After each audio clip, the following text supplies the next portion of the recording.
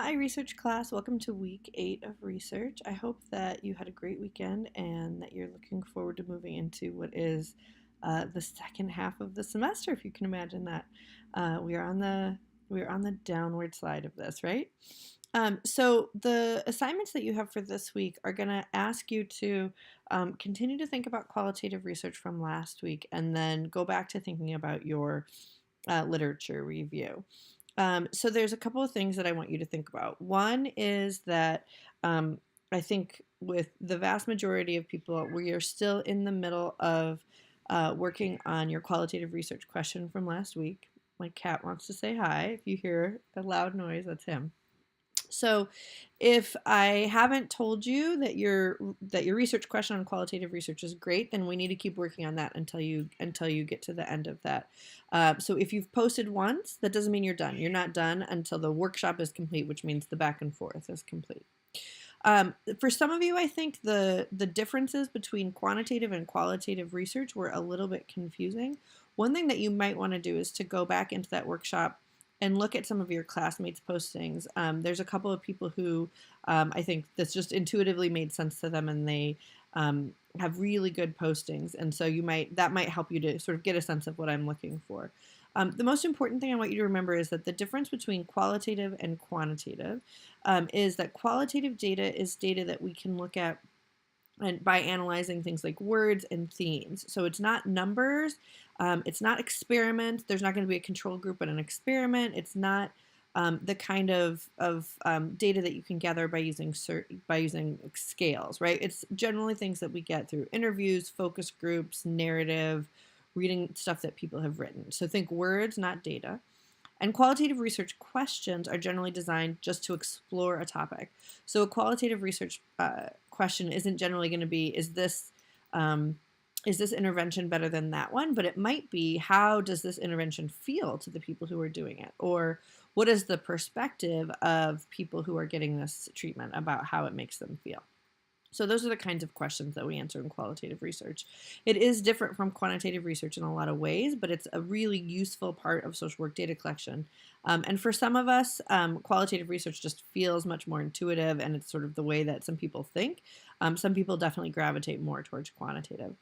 I've heard from a couple of people that the difference in terminology between the two versions of the textbook is a little confusing.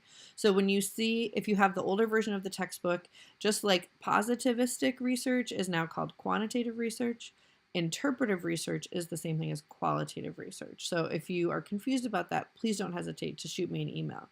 I am putting announcements in Blackboard that are also emailed to you at the beginning of every week, including the one that has this video in it. And those are including a list of the different chapters and the different editions of the book.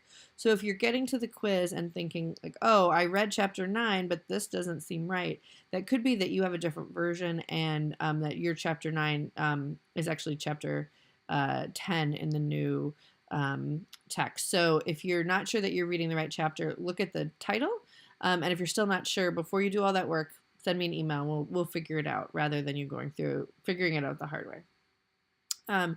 So for this week, you're going to continue to work on that qualitative workshop from last week. There isn't a new workshop for this week because the expectation is sort of that this might take a little while to work through, so you have the time to do that.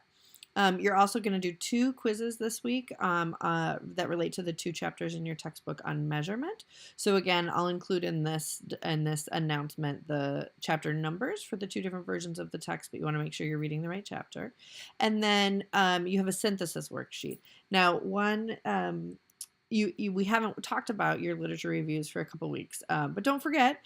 So we're going back to the same topic that you had settled on a few weeks ago. At this point, you don't have to decide whether a qualitative or a quantitative approach to this topic is what you need to do. Just focus on the overall themes and variables that you had highlighted, and basically take that research that you've already been collecting, and this worksheet is going to give you just a different way to organize it and start to think about it. There's an instruction sheet for how to do this worksheet. That's linked to the link it's actually hosted by a different university that we are using because they do a great job of explaining it.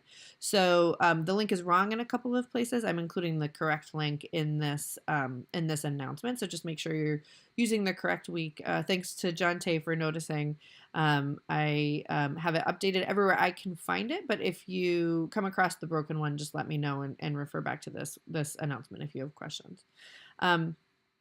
The other thing you'll notice is that for this week, because our topic for this week for both your reading and your quizzes is measurement, and that is sometimes a little bit of a challenging topic for people to get their brains around.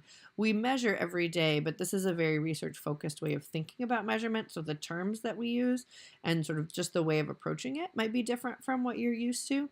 And so we've included a couple of different audio and video readings for this week that hopefully will be helpful for you in figuring that out. And I think you'll really enjoy them. There's a TED Talk about research that's done with really small babies that I think is just really fascinating, both in terms of measurement and also in terms of general research design. How do we answer questions about kids who are so small that they can't tell us what they're thinking? And so this does a really good job of that. So what I would do for this week if I were you is start with the discussion from last week and keep moving forward on that. Do the reading and the videos before you take the quiz, and then go ahead and start on that worksheet, which is due by the end of the day on Sunday. If you're having a question, please don't hesitate to reach out. Shoot me an email. If there's a question that enough people have, I can do a quick video or find some more resources on them and post that. And I will be checking in throughout the week, and I'm looking forward to reading more of your discussion posts or your workshop posts and talking to you in that way throughout this week. So I hope that you are all doing well. I hope that you will really, I'm so sincere about this. I really want to talk to you if you're confused, if you have a question, if you're stuck on something, even if something's taking longer than you think it should. Let me know. I'm happy to try to help troubleshoot and figure out the answer to it. Or if you just want to touch base and check in and make sure that you're doing everything well, I'm happy to do that as well. All right. Have a great week. Talk to you soon.